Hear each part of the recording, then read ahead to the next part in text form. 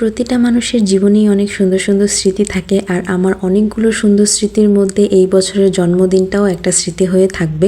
এই বছর জন্মদিন নিয়ে আমার কোনো প্রকার কোনো প্ল্যান ছিল না, ইভেন তো আমার হাজব্যান্ডেরও কোনো প্রকার প্ল্যান ছিল না। যেহেতু আমি আমার বাবার বাসায় বেড়াতে এসেছিলাম, আসার পর আমি জানতাম না যে আমার বাবা আমার জন্মদিন নিয়ে অনেক কিছু প্ল্যান করে রেখেছে। আমার জন্মদিনটা ছিল মেইনলি 13 জুলাই, কিন্তু আমার বাবা 12 জুলাই রাতেই অনেক সুন্দর করে রুমটা সাজায় যাতে কারেক্ট রাত 12টার সময় আমাকে উইশ করতে পারে। আর যেমনটা ভেবেছিল ঠিক তেমনটাই তারা সবাই মিলে করে। রাত্রে 12টার সময় আমাকে উইশ করে, আমরা সবাই মিলে কেক কাটি, ফ্যামিলির সবাই অনেক আনন্দ করি। আর এরপর আমার ভাবি আমাকে আরো বেশি সারপ্রাইজ করে দেয়। আমি এটা একদমই ভাবতে পারিনি যে আমাকে ভাবি একটা গিফট দিবে, আর এই গিফটটা পেয়ে তো আমি অনেক বেশি খুশি হয়ে যাই। এখানে একটা ঘড়ি ছিল, ঘড়িটা পিঙ্ক কালার ছিল, আমার খুবই পছন্দ পিঙ্ক কালার। ভাবি আমার পছন্দটা জানতো, তাই আমাকে এত সুন্দর একটা ঘড়ি গিফট করেছে। এরপর অনেক রাত হয়ে যাওয়ার কারণে আমরা সবাই ঘুমিয়ে যাই, আর সকালবেলা ঘুম থেকে উঠে দেখি ওয়েদারটা অনেক সুন্দর।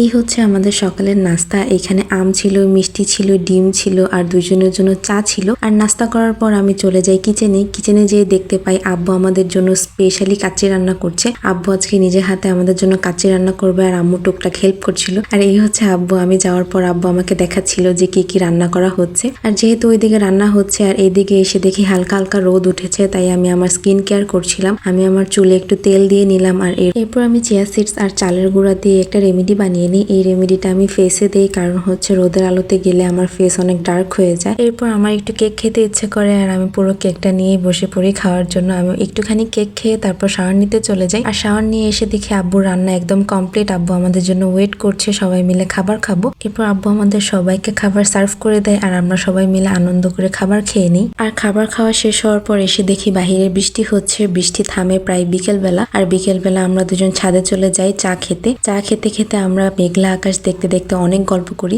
আর এই ছিল আজকের ভিডিওটি। যদি ভালো লেগে থাকে অবশ্যই জানাবেন। আল্লাহ হাফেজ।